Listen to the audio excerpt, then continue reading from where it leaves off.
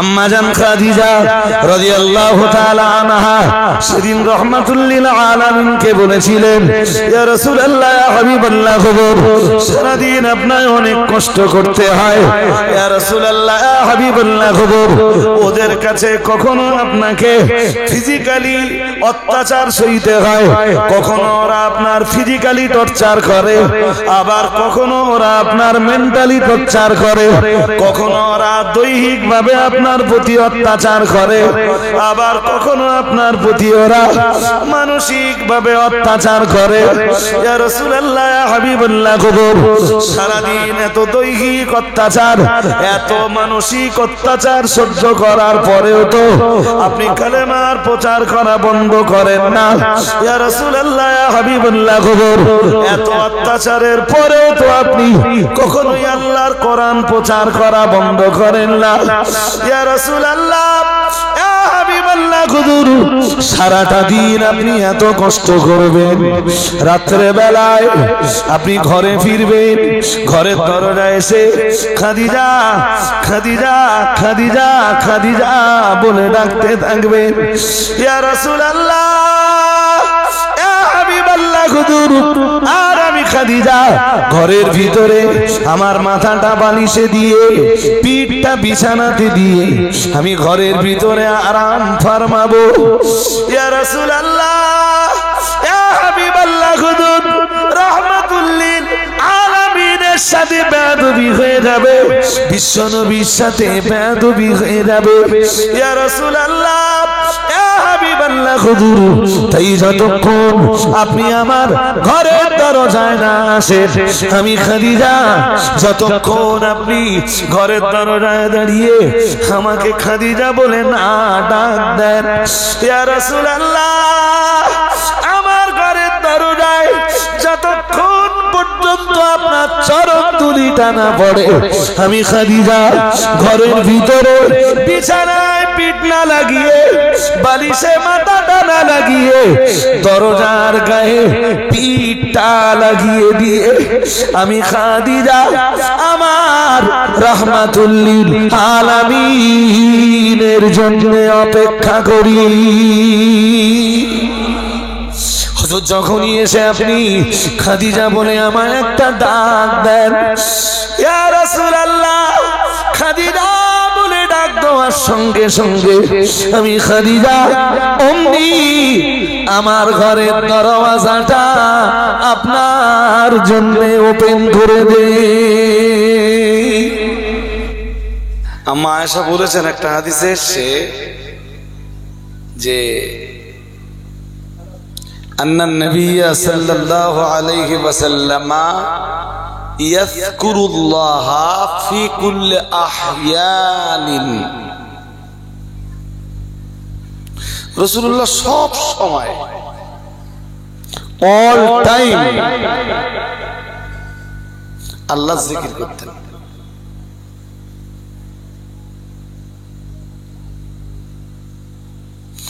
আমাদের কাছে তো সময়ের দাম নেই, আমরা সময়কে মূল্যায়ন করতে পারি না। সময় হেভি হেভি মূল্যবান একটা জিনিস।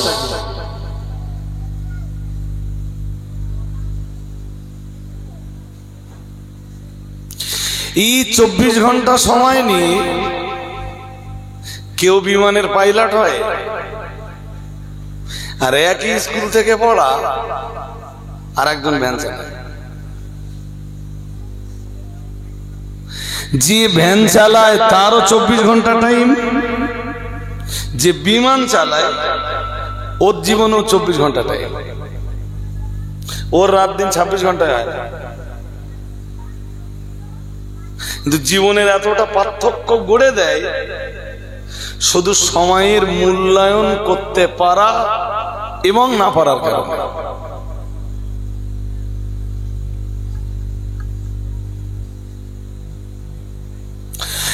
সময়ের মূল্যায়ন করতে পারা এবং না পারার কারণেই তো কেউ জান্নাতি আর কেউ জাহান্নামী।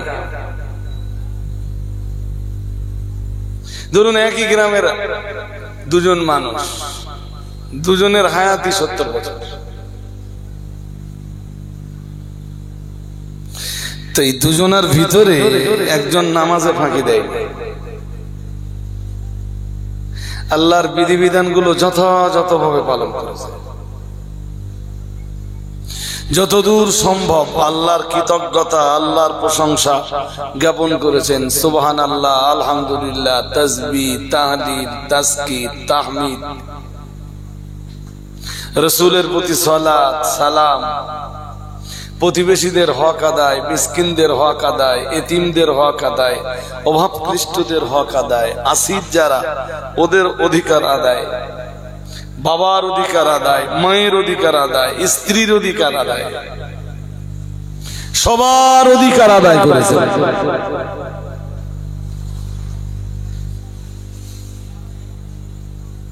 70 বছর হায়াত।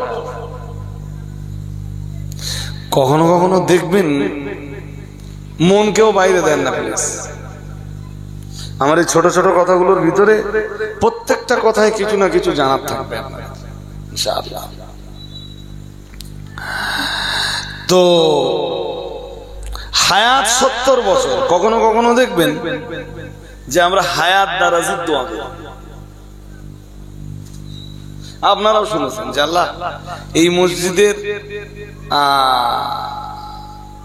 প্রবীণ মুসল্লি যারা, বয়স্ক মুসল্লি যারা, আল্লাহ তাদের হায়াত আপনি দারাজ করে দিন। একজন আলেম খুব পরেজগার, খুব আল্লাহওয়ালা, খুব ভালো নসিহত করেন। কোন একটা গ্রামে ওয়াজ করতে গেছেন, গ্রামের মানুষই দোয়া করছে আল্লাহ মাওলানা সাহেবের হায়াত আপনি লম্বা করে দিন। আমরা দোয়া করি এবং এই দোয়া করার অধিকার আমাদের আছে, কিন্তু আপনি আর আমি না যতই হায়াত দারাজের দোয়া করি, আসলে হায়াত দারাজ কারোর বলুন। হায়াত আর মৌত, আপনি কবে মরবেন ওইটা সঙ্গে নিয়েই তো আপনি পৃথিবীতে এসেছেন। আপনার মৌত যদি 22 বছরের লেখা থাকে, কোন পীর সাহেব দোয়া করে আপনার 1 বছর বাড়িয়ে দিতে পারবে না। আমাদের নবীর চাইতে ভালো মানুষ আকাশের নিচে জমিনের উপরে কেউ আছে? জোর করে বলে না। হায়াত কয়দিন? আরে বাবা, পার্থিব জীবনের যে হায়াত, এটা কতদিন? দোয়া করে তো একটু বানিয়ে নিতে পারতেন।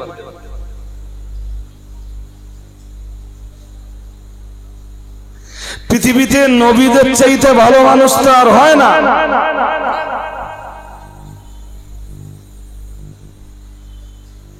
কিন্তু নবীরা পর্যন্ত সময় শেষ, নবীরাও দুনিয়া থেকে চলে গেছে। দুনিয়া বরেণ্য ওলি যারা, বড় পীর সাহেবের মতো ওলি, তিনিও তো সময় মতোই চলে গেছেন। সুতরাং যাদের কথা এতক্ষণ ধরে বললাম, তাদের তুলনায় ধরুন আমি তো কিচ্ছু না।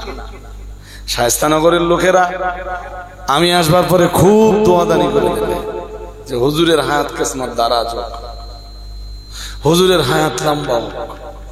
আমি বলছি যতই মানুষ দোয়া করুক আর যেই দোয়া করুক, হায়াত কখনো কারোর বাড়েও না। বলুন, বাড়া কমা যেটা হয় সেটা বরকত। বুঝতে পারেনি কথা? বাড়া কমা কি হয়? হায়াতের ভিতরে বরকত মানে কি জানেন? একজন মানুষ 100 বছর বেঁচে থেকে যতটা ইবাদত বান্দেগি করতে পারতেন, আল্লাহ এই মানুষটাকে দিয়ে, এই মানুষটার হায়াত যদি 50 বছর হয়, 50 বছরের ভিতরে আপনি 100 বছরের কাজ তাকে দিয়ে করিয়ে নেন। এর নাম হায়াত দারাজ।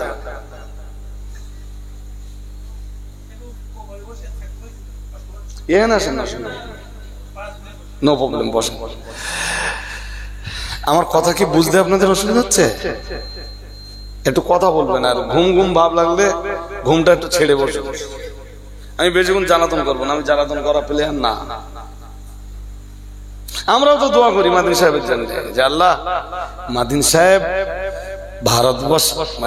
ভারতবর্ষের পশ্চিমবঙ্গের মুসলিম জাতির শিক্ষা আন্দোলনের একজন বীর মুজাহিদ, আল্লাহ আপনি তার হায়াতকে দারাজ করে দেন। তার মানে আল্লাহ লোকটা 100 বছর বেঁচে থাকলে দিনের যতটা খেদমত করতে পারতেন, যদি 70 বছর বেঁচে থাকে আপনি 70 বছরে 100 বছরের খেদমত তাকে দিয়ে করিয়ে দেন।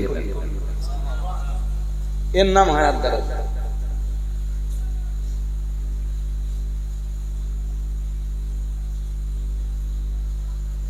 আর একটা কথা আমার একটু বুঝিয়ে বলুন তো, ছোট্ট একটা কথা, হায়াত লম্বা হয়ে কি হবে সেই হায়াতে যদি নামাজ না থাকে?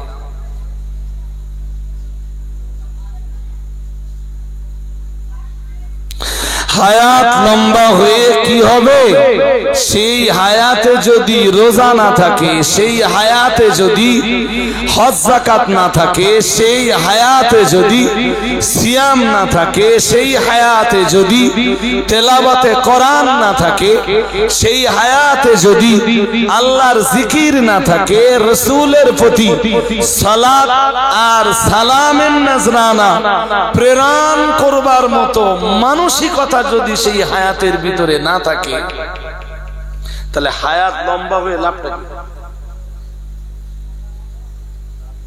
70 বছর পর্যন্ত একটা লোক বেনামাজি থেকে মরে গেছে, তো 90 বছর বেঁচে থাকলি তো আরো 20 বছর নামাজ কাজা করতো, আরো 20 বছরের পাঁপড় ঘাড়ে চাপতো। হ্যাঁ না বলবেন? আপনার এই জীবনে আপনি জ্ঞান তখন লাভবান তখন। আরে এই বোধহয় কাল না পরশু একটা কথা বলছিলেন কোন এক মজলিসে, যে পৃথিবীর প্রত্যেকটা মানুষ শূন্য থেকে শূন্যর দিকে দৌড়াচ্ছে। খুব আমার কথাগুলো মন দিয়ে একটু শুনুন, শুনলে বুঝবেন কি বলেছি বলুন তো। শূন্য থেকে যেদিকে দৌড়াচ্ছে সেটাও শুনুন। এবার যদি আপনার কিছু বলার থাকে বলেন, তারপর আমি বলুন। বলুন, যেদিন এই বিশাল পৃথিবীতে আপনি আর আমি আগমন করেছিলাম, সেদিন আপনার আর আমার কি ছিল? শূন্য তো। আরে হ্যাঁ না বলবেন তো, এত স্লো কেন? শূন্য। আর যেদিন বিশাল এই পৃথিবী থেকে আপনি কবরে চলে যাবেন, সেদিন আপনার কি যাবে? হ্যাঁ, মানুষ শূন্য থেকে কোন দিক দৌড়াচ্ছে?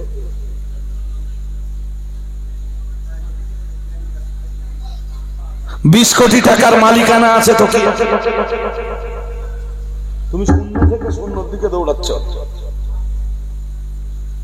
কলকাতার মাটিতে 10 তলার একটা বিরাট ফ্ল্যাট আছে তো কি আছে? এরপরেও তুমি শূন্য থেকে শূন্যর দিকে দৌড়াচ্ছ। তুমি মরে যাবার পরে ওই ফ্ল্যাটে তোমার জায়গা?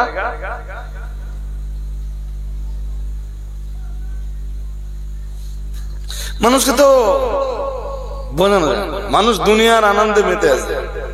কেউ টাস, কেউ পাশা, কেউ লটারি, কেউ জুয়া, কেউ ফেসবুকে যত রকমের অন্যায় করা যায় সব অন্যায় চলছে। ইউটিউবের ভিতরে ঢুকে যত নোংরামো করা যায় সব নোংরামো চালাচ্ছে। আত্মার শান্তিটা হচ্ছে, বাট এই শান্তিটা তো শান্তি না। মদ খেয়ে যদি কেউ শান্তি পায়, আপনি মনে করবেন আপনার যেন ক্যালকুলেশন করতে দেরি না হয় যে ওই শান্তিটাও শান্তি না। ওই শান্তিটা একদিন ওর জন্য জাহান্নামের কঠিন শাস্তিতে পরিণত হবে।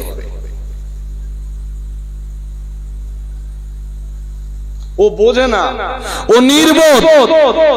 কোরআন বলেছে বিআন্নাকুম লা ইয়াফকাহুন, তারা এমনটা এই জন্য করে যে অধিকাংশ তারা তো বোঝেই না।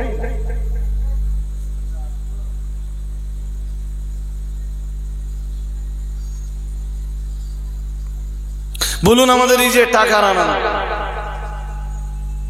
বউ টাকা কামাই করতে পারলে আনন্দ, আলহামদুলিল্লাহ আলহামদুলিল্লাহ। যদি টাকা কামাইটা হালাল উপায়ে হয়, নো প্রবলেম। হালাল উপায়ে কোটি টাকা কামান না, সমস্যা নেই।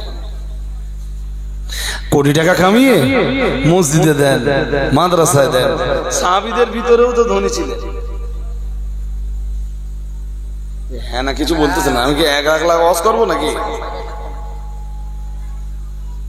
নবীদের ভিতরেও তো কতক নবী ধনী ছিলেন। অধিকাংশ নবীদের জীবন ছিল কষ্টের জীবন, মেহনতের জীবন, কিন্তু কতক নবী ছিলেন তারা ধনী। নবী সুলাইমান আলাইহিস সালাম নবীদের ভিতরের একজন ধনাঢ্য নবী। আরেকটু মন খুলে, এটা ইতিহাস তো। ভাই সাহেব কি ঘুম পাচ্ছে নাকি? ভাই সাহেব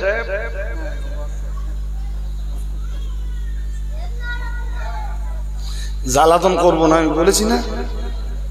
তো ও যে এতটা খরচ খরচা করে সবাটা দিলে, আর আমরাও এলাম, আপনারাও এলেন, এরপরে একটু যত সামান্য ও যতটা পেরেছে,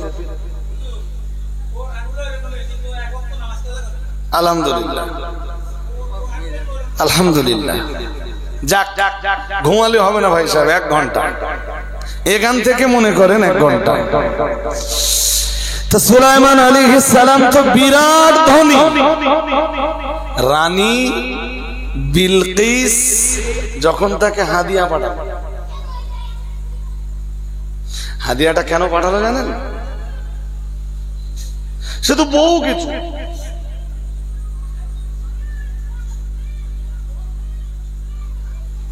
সোনার ইট পাঠালো, সোনার ইট, সোনার বিস্কিট না। হ্যাঁ, রানী বিলকিস পাঠালো। রানী বিলকিসের পক্ষ থেকে এই হাদিয়া নিয়ে যখন তার প্রতিনিধিরা সুলাইমান নবীর সামনে এলেন, সুলাইমান নবী বললেন, বাল আনতুম বিহাদিয়াতিকুম তাফরাহুন, বললেন তোমরা তোমাদের হাদিয়া নিয়ে ফিরে যাও, আর তোমাদের হাদিয়াতে তোমরা খুশি থাকো, আমার দরকার নেই।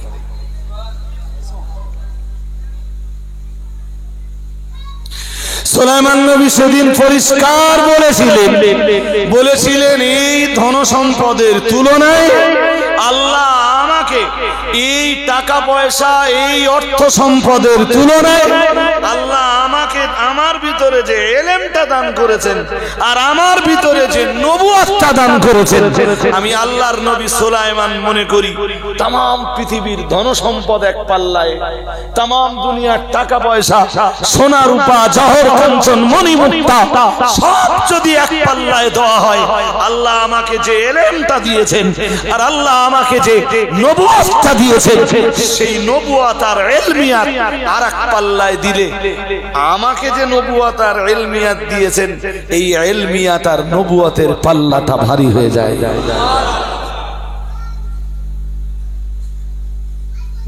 তোমরা আমার লোভ দেখাচ্ছ?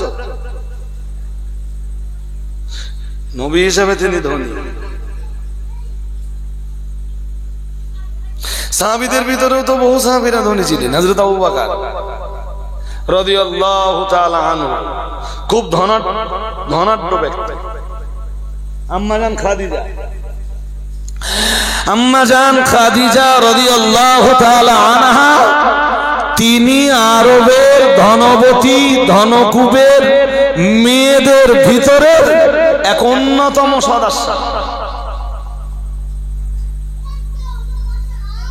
তিনি কালেমা পড়লেন, সম্পদ সব রসুল করিম সাল্লাল্লাহু আলাইহি ওয়াসাল্লামের কদমে ঢেলে দিলেন। আরেকটু মন খুলে বলুন না, আমার দিকে দেখেন, আমার দিকে।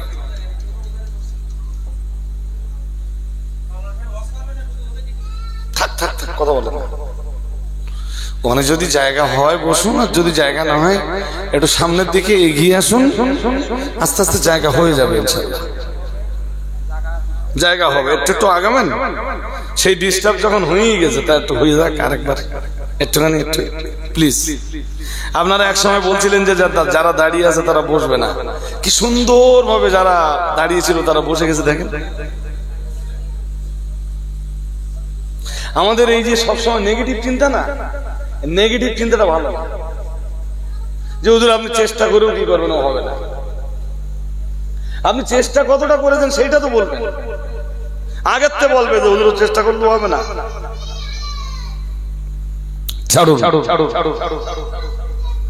আসলে যদি ইতিহাস তুলে ধরা, এদিকে কারা বলেন তো, তিনটে চারটে মনে হয় আছে, খুব জ্বালাতন করতেছে ওরা, অনেকক্ষণ ধরে জ্বালাতন করতেছে এই জিনিসগুলো। একটু ছোট্ট করে যান।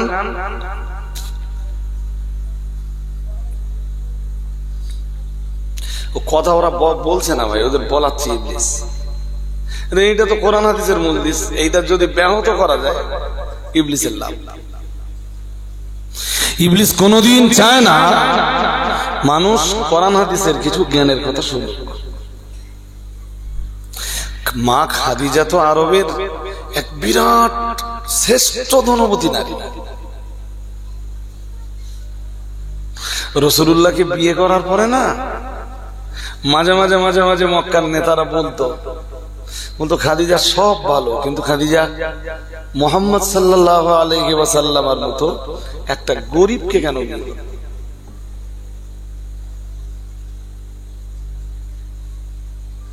আমরা তো পরবর্তীকালে ইতিহাস পড়ে বুঝেছি যে 40 বছরের একজন রমণী 25 বছরের হযরত মুহাম্মদ সাল্লাল্লাহু আলাইহি ওয়াসাল্লামের সংসারে কতটা দরকার ছিল, এটা তো আমরা অনেক পরে বুঝেছি। সারাদিন রাসূলুল্লাহ দ্বীনের দাওয়াত দিয়ে রাত্রে বেলা যখন খাদিজার ঘরের দরজায় দাঁড়াতেন,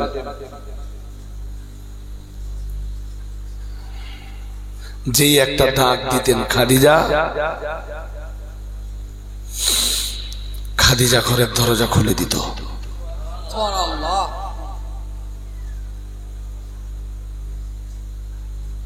একটা আওয়াজ, খাদিজা। আজ আমাদের সমাজে অনেক খাদিজা আছে, শুধু একটা আওয়াজ। গভীর রাত রাসূলুল্লাহ ঘরে ফিরেছেন, একটা আওয়াজ দিয়েছেন, খাদিজা।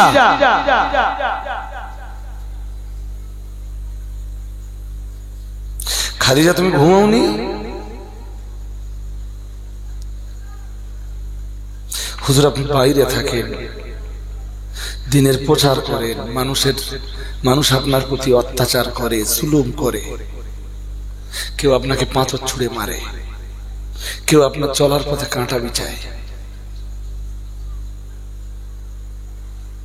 কেউ আপনাকে গালিগালাজ করে, অশ্রাব্য বাক্যাবলী দেয়,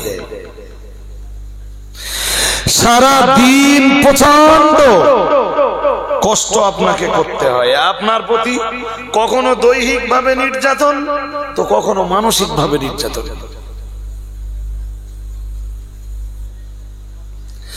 আম্মা জান খাদিজা রাদিয়াল্লাহু তাআলা আনহা সেদিন রাহমাতুল লিল আলামিনকে বলেছিলেন, ইয়া রাসূলুল্লাহ, ইয়া হাবিবাল্লাহ, সারা দিন আপনাকে অনেক কষ্ট করতে হয়, ইয়া রাসূলুল্লাহ, ইয়া হাবিবাল্লাহ, ওদের কাছে কখনো আপনাকে ফিজিক্যালি অত্যাচার সইতে হয়, কখনো ওরা আপনার ফিজিক্যালি টর্চার করে, আবার কখনো ওরা আপনার মেন্টালি টর্চার করে, কখনো ওরা দৈহিক ভাবে আপনার আপনার প্রতি অত্যাচার করে, আবার কখনো আপনার প্রতি ওরা মানসিক ভাবে অত্যাচার করে।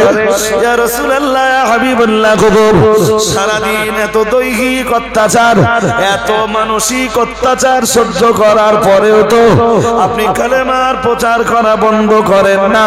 ইয়া রাসূলুল্লাহ, ইয়া হাবিবাল্লাহ, এত অত্যাচারের পরেও তো আপনি কখনোই আল্লাহর কোরআন প্রচার করা বন্ধ করেন না। ইয়া রাসূলুল্লাহ, ইয়া হাবিবাল্লাহ, সারাটা দিন আপনি এত কষ্ট করবেন, রাত্রে বেলায় আপনি ঘরে ফিরবেন, ঘরের দরজায় এসে খাদিজা খাদিজা খাদিজা খাদিজা বলে ডাকতে থাকবেন। ইয়া রাসূলুল্লাহ, ইয়া হাবিবাল্লাহ, আর আমি খাদিজা ঘরের ভিতরে আমার মাথাটা বালিশে দিয়ে, পিঠটা বিছানাতে দিয়ে আমি ঘরের ভিতরে আরাম ফরমাবো। ইয়া রাসূলুল্লাহ, ইয়া হাবিবাল্লাহ, রাহমাতুল লিল আলামিনের সাথে বেয়াদবি হয়ে যাবে, বিশ্বনবীর সাথে বেয়াদবি হয়ে যাবে। ইয়া রাসূলুল্লাহ, ইয়া হাবিবাল্লাহ, তাই যতক্ষণ আপনি আমার ঘরের দরজায় না আসেন, আমি খাদিজা যতক্ষণ আপনি ঘরের দরজায় দাঁড়িয়ে আমাকে খাদিজা বলে না ডাক দেন, ইয়া রাসূলুল্লাহ, আমার ঘরের দরজায় যতক্ষণ পর্যন্ত আপনার চরণ তুলি টানা পড়ে, আমি খাদিজা ঘরের ভিতরে বিছানায় পিঠ না লাগিয়ে, বালিশে মাথা টানা লাগিয়ে, দরজার গায়ে পিঠটা লাগিয়ে দিয়ে আমি খাদিজা আমার রাহমাতুল লিল আলামিনের জন্য অপেক্ষা করি। হুজুর যখনই এসে আপনি খাদিজা বলে আমায় একটা ডাক দেন, ইয়া রাসূলুল্লাহ, খাদিজা বলে ডাক দেওয়ার সঙ্গে সঙ্গে আমি খাদিজা অমনি আমার ঘরের দরওয়াজাটা আপনার জন্য ওপেন করে দেই।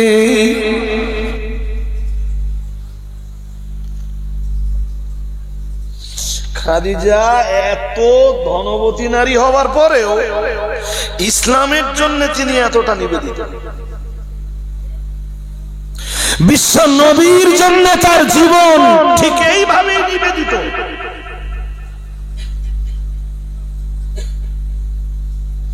পয়সা থেকে কি হবে যদি আপনার জীবন ইসলামের জন্য নিবেদিত না হয়? পয়সা ইহুদিদের নেই, কথা বলেন, খ্রিস্টানদের নেই, প্রতিবেশী হিন্দু ভাইদের নেই, তাহলে বুঝতে হবে আপনাকে সফলতার মানদণ্ড না পয়সা না। একজন ধর্মবতী নারী সে কিভাবে আল্লাহ আল্লাহর রাসূলের জন্য নিজের জীবন উৎসর্গ করবে সেই শিক্ষাটা সে নেবে আম্মা খাদিজার কাছ থেকে। তুমি ধনীর ঘরের বউ তো কি আছে, তোমার জীবন যদি আল্লাহর জন্য নিবেদিত বা উৎসর্গিত না হয়, তোমার ওই 5 তলা বাড়িরও কোনো দাম নেই, তোমার রূপ লাবণ্যেরও কোনো মূল্য নেই, গায়ের গোশতেরও কোনো মূল্য নেই, দেহের শক্তিরও কোনো দাম।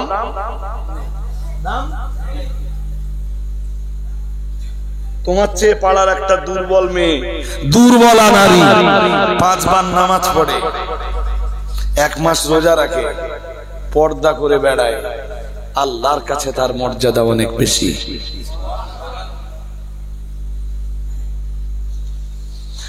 তুমি 5 তলায় বসবাস করে কি করবা? যদি তুমি নামাজি না হও, মুসল্লি না হও, আল্লাহওয়ালা না হও, তোমার জীবন আর তোমার ধন যদি আল্লাহর জন্য উৎসর্গিত না হয়, তোমার চেয়ে ওই লোকটা ভালো যে গাছতলায় ত্রিপলটা নিয়ে বসবাস করে আর ত্রিপলের ভিতরেই আল্লাহ আল্লাহ নামের জপ জিকিরের আওয়াজ আর কোরআন তেলাওয়াতের আওয়াজ শুনতে পাওয়া যায়।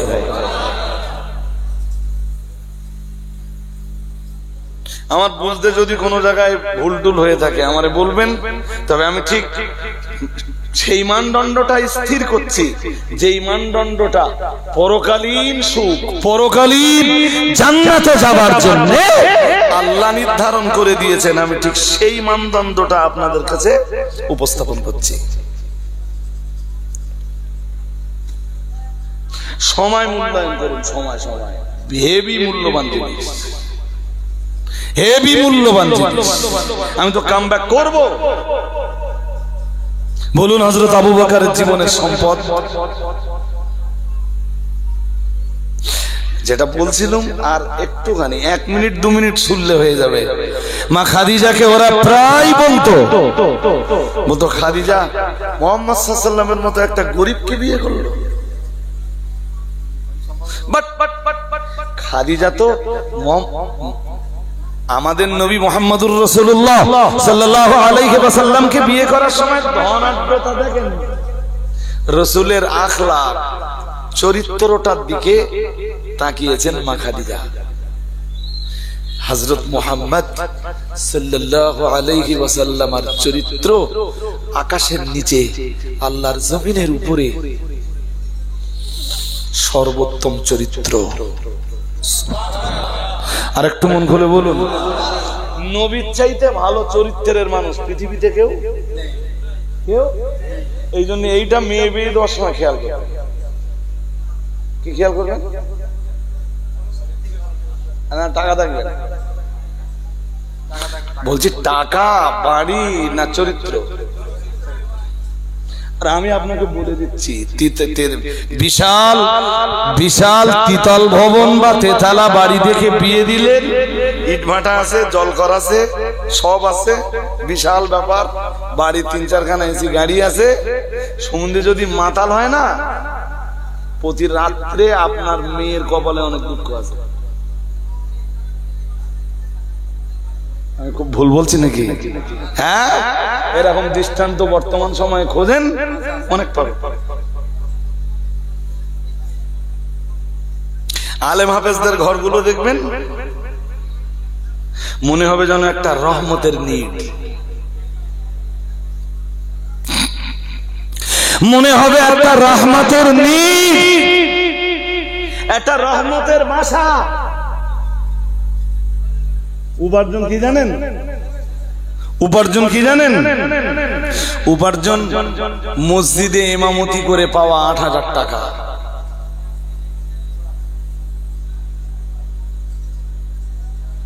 ঘুরে আসুন।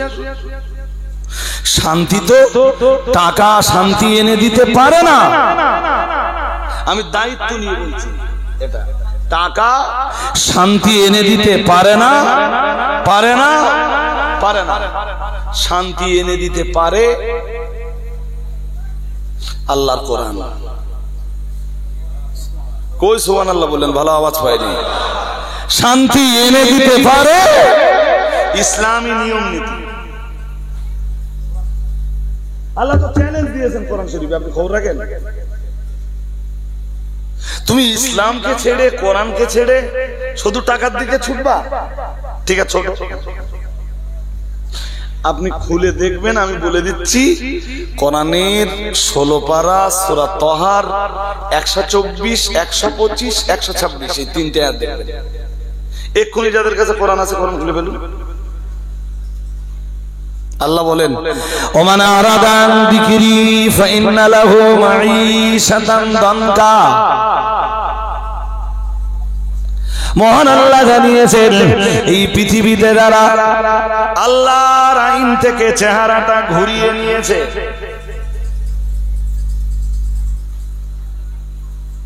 আল্লাহর আইন মেনে নেয়নি, আল্লাহর আইন থেকে মুখটা, আল্লাহর আইন ভালো লাগে না। নামাজ পড়ো, ভাল লাগে না। রোজা রাখো, সারাদিন না খেয়ে থাকা যায় নাকি? যাকাত দাও, টাকা আমি কামাই করতেছি, আমি আবার লোক গরিব দেবো কেন? তা তো আমার, আমি দেবো কেন? সুদ খেও না। 100 টাকায় 1 বছর যাকাত দিলে, বলুন বলুন, 2.5 টাকা। 100 টাকা 1 বছরে ব্যাংকে সুদ খেলে 10 টাকা, যেটা 100 টাকা ছিল ওইটা 110 হলো। কথা কি বুঝতেছেন নাকি? আর যখন আপনি যাকাত দিলেন 100 টাকায়, মাইনাস হয়ে গেল 2.5 টাকা। কিন্তু কোনোদিন খবর টবর নিয়ে দেখেছেন যারা যাকাত দেয় ওদের মাল কমে না? খবর নিয়ে দেখেছেন যে ভাই তুই তো যাকাত দিস প্রতিবার? এ তো বাস্তব অঙ্কে আমরা দেখতে পাচ্ছি, সুদ খেলি বাড়ে আর যাকাত দিলি। আরে বাবা, ছিল 100 টাকা, হয়ে গেল 2.5, তো কমে গেল। খবর টবর নিয়ে দেখেছেন যে তোর মাল বাড়ে না কমে? ভাই আল্লাহর ওয়াদা। মুসলমানের সবচাইতে বড় সমস্যা যেটা, মুসলমান কোরআন বিশ্বাস করে না। কি চ্যাম্পিয়ন করে মহান আল্লাহ, মহান আল্লাহ জানিয়েছেন ইয়ামাহুল্লাহুর রিবা ওয়া ইউরবিস সাদাকাত। মহান আল্লাহ জানিয়েছেন, আল্লাহ পাক রব্বুল আলামিন ঘোষণা দিয়েছেন ইয়ামাহুল্লাহুর রিবা। আল্লাহ পাক রব্বুল আলামিন জানিয়েছেন দানের মাল আমি আল্লাহ বাড়িয়ে দেই, আর সুদের মাল আমি আল্লাহ ধ্বংস করে দেই। বলুন নাউজুবিল্লাহ। সুদের মাল ধ্বংস করে দেয় কে? কেউ যদি মনে করে সুদ খেয়ে আমি বুঝকে রাখবো, ও লড়াই করতে হবে আল্লাহর বিরুদ্ধে। আমি আমার কথা বুঝতে পারছেন না? খুব অসুবিধা হচ্ছে নাকি? আরে বাবা, সুদের মাল ধ্বংস করার দায়িত্ব নিয়েছেন কে? আল্লাহ। এখন কেউ যদি মনে করে যে আমি সুদ খেয়ে ধনী হব, সুদের মাল ধরে রাখবো, তাহলে ওরে লড়াই করতে হবে কার বিরুদ্ধে? পসিবল? জোর করে বলেন সম্ভব? কেউ পেরেছে আজ পর্যন্ত?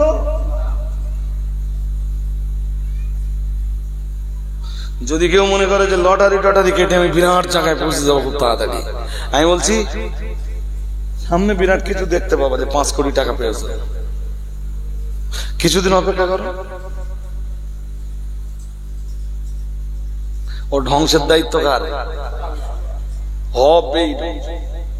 আর যাকাতের মাল বাড়িয়ে দেখে এই বিশ্বাস করে ইমানদার, আর হিসাব করে দেখে যাকাত হয়েছে 5 লাখ টাকা। তো 5 লাখ টাকা বার করে দিলে কোনো ব্যাপার, শুধু বার করে না, যাকাতের টাকা বার করে আলাদা বাক্সে রেখে দেয়, যে যা আসে ওখান থেকে করতে, ওই টাকার অন্য খাতে খরচ করে না।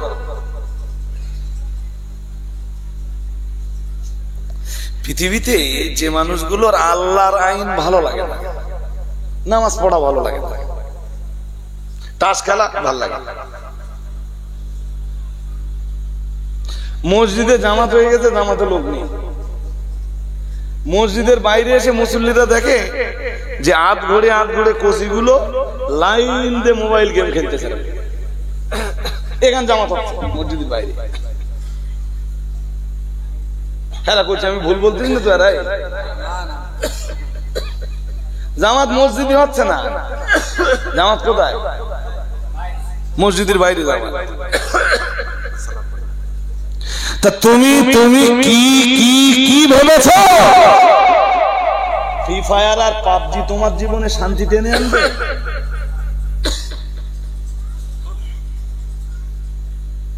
তোমার জীবনের চরম দুর্দশা ডেকে কেন আনবে? আমি সেটা বলার আগে বলেছিলাম কি, যে ওয়াজ বেশিক্ষণ করবো না বলেছিলাম না? সালামটা পড়ে শেষ করে দিচ্ছি না ওয়াজ একেবারে, তবে কিছু কথা বলবো এখন। তার আগে আসুন ছোট্ট করে ভক্তি সহ, আজ সালাম পড়বো না আমরা, আজকে খুব ভক্তি করে একটু সালামের নাজরানা পেশ করি রাসূলের প্রতি।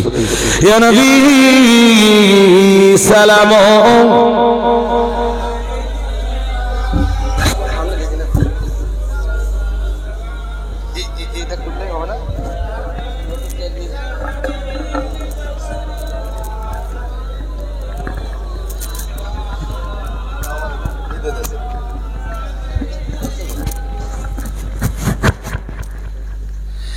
আমরা যে আপনার দিওয়ানা, আপনি যে মদের ঠিকানা,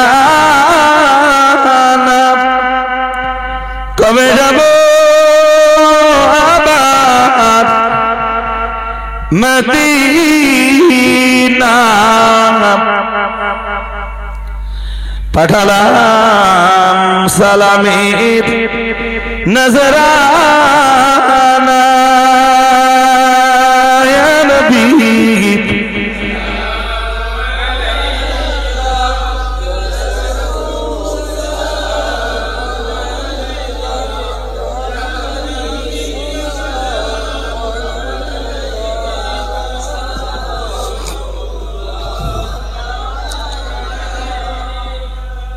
তয়ফের দুষ্ট ছেলেরা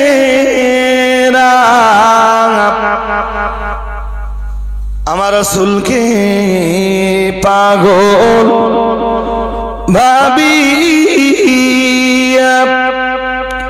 মারিল পাথর ছুড়িয়া উঠিল আরশ কাঁপিয়া ইয়া নবী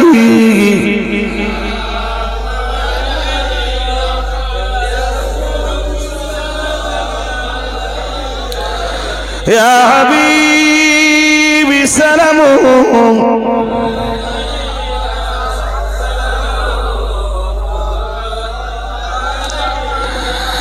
নবীদের সরদার সাজিয়া আশিরেন ধরায় এ নামিয়া শোনালেন কুরআন নির্বাণী আমেনার নয়নের মনি ইয়া নবী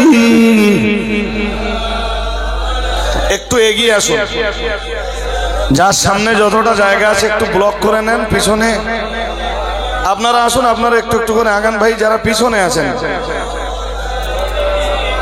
এই যে জায়গাগুলো হচ্ছে এই জায়গাগুলো একটু ব্লক করে নেন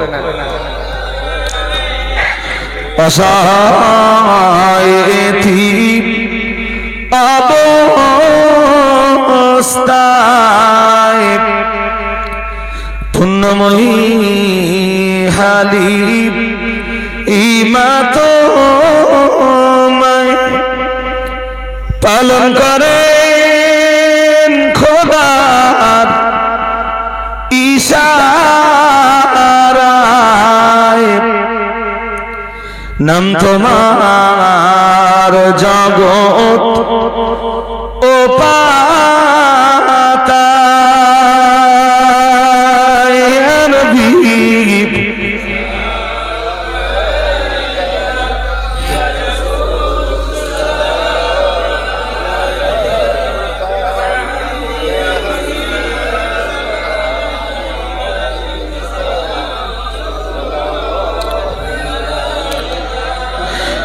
আরবের সর্ব শ্রেষ্ঠ বীর লইয়া উলাম গোশামসির কাটিতে আসিয়া তব শির হইল ইসলাম আমেরা আমির ইয়া নবী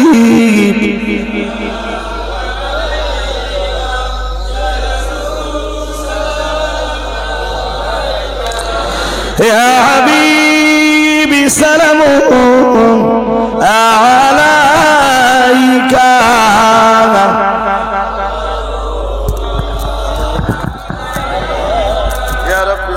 وسلم دائما عبادنا نبيك خير الخلق وكلهم بجرب मेरे दरूद و सलाम बरगज़िदा नबी पर अपने मुदाम बलग العلا